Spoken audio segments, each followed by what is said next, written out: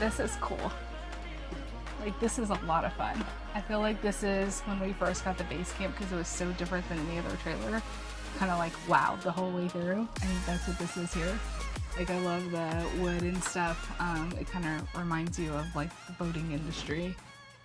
The bed is very similar to what we had in the base camp. And I don't know what is behind any of these doors, so we're guessing. Gonna open them up and figure it out. Looks like probably cassette toilet. Is it cassette? Yeah. If you step forward towards me, that door pushes all the way to the bedroom. Oh, and it closes off the bedroom. And then turn around and face us and do the opposite with this door here. And now you got a private bathroom shower space. That's really cool. That was well thought out. Yeah, I like that. Stay out of my shower. But you have access, so I'll let you come in and I'll... All right, here. No. Just gonna say, you do it. You do that. And the shower's got a teak mat. It's a large shower for the size here, or something. What is it? There's a... that's the glycol. That's the overfill tank for the radiant heating system. Got it. Okay, I got it. There's no, so you do there's no no furnace, hot air, blown air. It's all these radiators you see along the bottom here with the perforations. That's the heating system. It also is heated floors as well. Oh, That's cool. really well thought. Like, yeah. You get, when you use the furnace, you get a lot of moisture in the air. Yeah. Yep. It's really efficient too. It takes a lot of energy up front to heat your glycol, but once your glycol is at temp, in freezing conditions, you use a lot less energy to keep the Bowlus warm for extended periods of time than in a forced air system. Yeah. I see you've got a Victron system in it. Batteries, what do you... It's Victron everything. Okay. Yeah. How much... 19 kilowatt hour in this particular model. Okay. Oh, wow. This one will run the air conditioning for 32 hours without hookups. Wow. Goodness. That's nice. I do like the finishes are just really neat, like the vents being on. Go ahead and twist it and then pull towards you. Yep, that'll loosen it. And then pull it towards you, that closes it. That's the action. I just think that's a really... Yeah. It looks amazing. Everything is real And then birch. you've got like some kind of gear management system here. Yeah, L-track. You can see the rings at the top. The rings. So they just kind You of can pull. replace them. Yep, exactly. And I like that it's part of the frame, like part of the door frame. Because the door's in the front, you can load kayaks and other long things into it without having to make a turn. Mm-hmm. Oh yeah, so it is completely. It's AC is not roof mounted. No, it's in the low in the frame. The intake's right there by your knee, and the vents to each room, like in a car. You've got the one vent right here. Oh, fun. You said this is a top end model, I think. Yeah. Lower end models still getting the wood finish on the inside, maybe just not the dark versus light, or what does that look like? The base model is called the riveted. It's 25 feet. The inside's all aluminum. Okay.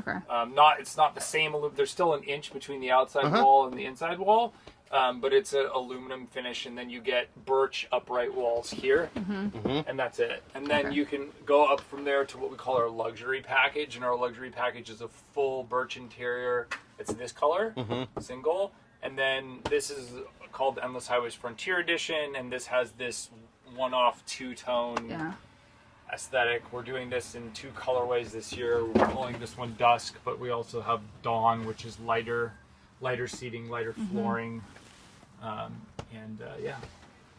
I walked past the galley on the way in and didn't really look. Yeah. So electric. Induction cooktop. Yeah. Yeah.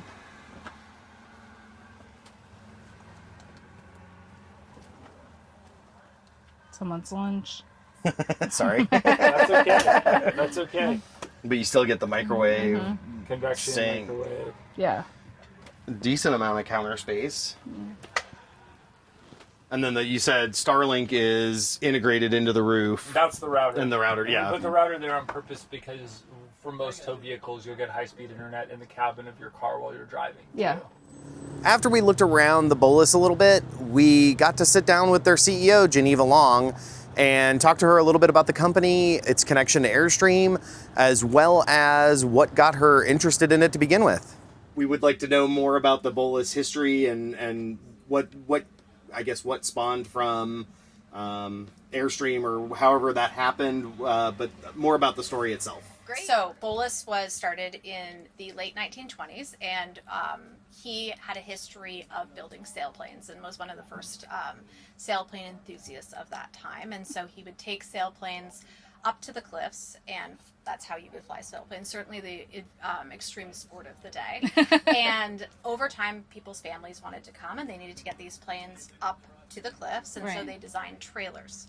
And that was the rise of the first Bowlus-made trailers in the late 1920s. And then the way they were building those sailplanes was with riveted aluminum, and so they began building Bowlus travel trailers, and this is the first all aluminum travel trailer with many others to follow, as you mentioned.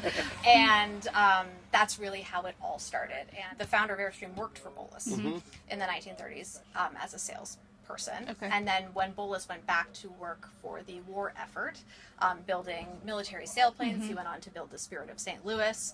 At that point, the founder of Airstream went on to use that same Bowlus design and put the door on the side and call it the Clipper. My relation to the company is that my family had a 1935 Bowlus. Awesome. And restored it for many years and brought it back to the way it would have looked in the 1930s. So very authentic. I actually have a video of all of that on my YouTube channel if you want to check it out. But and in that process, we really felt this connection to giving that same authenticity to the modern Bowlus. And to rewind, we did that restoration and then took it on a trip. And people loved it on that trip and wanted to know where they could buy one, where they could get one like that. And that was the idea that sparked the modern reincarnation of the Bowlus company over 15 years ago. So we've now been doing the modern reincarnation for 15 years. Like the vintage one, we want these to be able to be restored 90 years from now. We want those materials to be honest, and so you won't find things like laminates inside. So no laminates inside. Yeah, no laminates inside, all real wood. We use that 2024 T3 aluminum on the exterior, and that's the same that aircraft uses. We hand buck all of our rivets still to give that structural monocoque design, and those are things that obviously Airstream does not build with anymore, and so it's just a different way to think about it. And then yes, your original question, which is, do you think about the design when you're building? Yes, we are in that high place in the market, and that allows us to select the best suppliers, but it also means that we build so much of it ourselves. So we build over 70% of all the components ourselves, so we're not assemblers in the same way that maybe others are within this industry. And so everything from the walls to the exterior to even down to the sewing are all done in-house, and that enables us to have really tight control. And then we, pick the best suppliers to go and complete that package together. I imagine that because of the luxury aspect of it, a lot of them are made to order. Am I wrong in thinking that? Or so, as a privately held company, we don't release our production figures. But we do have more of we don't have inventory that's just, on a dealer lot the same way that other manufacturers do. We give you the ability to configure your Bowlus exactly to your specification. That's not to say from time to time we might have something available sooner, but in general, Bowluses are configured to order. And then this is, and we were very excited to get here because we saw Bowlus on the vendor list. That's so sweet of you guys. I have wanted to see one for a long time. We've been seeing them for years, and I'm like, I really want to see this thing. But you don't. We don't normally see you at RV shows. Is this one that you tend to come to every year? Or this is our first time. Okay. Oh, nice. Yeah, so this is our first time at the RV Supershow in Tampa. Okay. Yeah. This is really incredible. So I appreciate you letting us take a walk through and sitting down and having a conversation with us. That was really nice. We were really excited to go see the Bowlus. We've probably seen them a couple of times here and there, but never gotten to go look inside one.